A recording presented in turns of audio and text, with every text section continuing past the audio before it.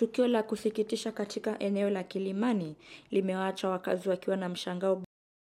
Oromo mwenye umri wa miaka 25 kuanguka kutoka ghorofa ya 14 na kufariki papo hapo, hali iliyosababisha mwanamke mwenye umri wa 48 aliyekuwa naye kukamatwa. Ripoti za polisi zinaonyesha kuwa Festus aliangukia juu ya gari lililokuwa limeegeshwa na kupata majeraha mabaya ya mshtuko mkubwa, na inadaiwa aliingia kwenye nyumba hiyo siku mbili kabla akiwa na watu wawili ambao sasa wanachunguzwa kama washukiwa.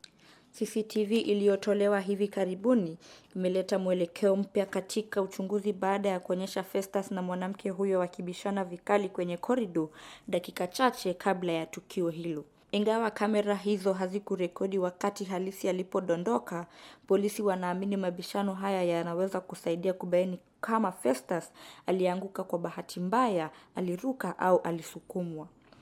Ndani ya nyumba hiyo, maafisa walikuta fujo, pombe na dawa zinazoshukiwa kuwa za kulevya, na matokeo ya uchunguzi wa vinasaba bado yanafanyiwa katika, huku polisi wakijaribu kupata ukweli kuhusu kilichotokea katika dakika za mwisho za maisha ya Festus Oromo. Jali akili na mwili wako, usijumuike bila kuzingatia hatari.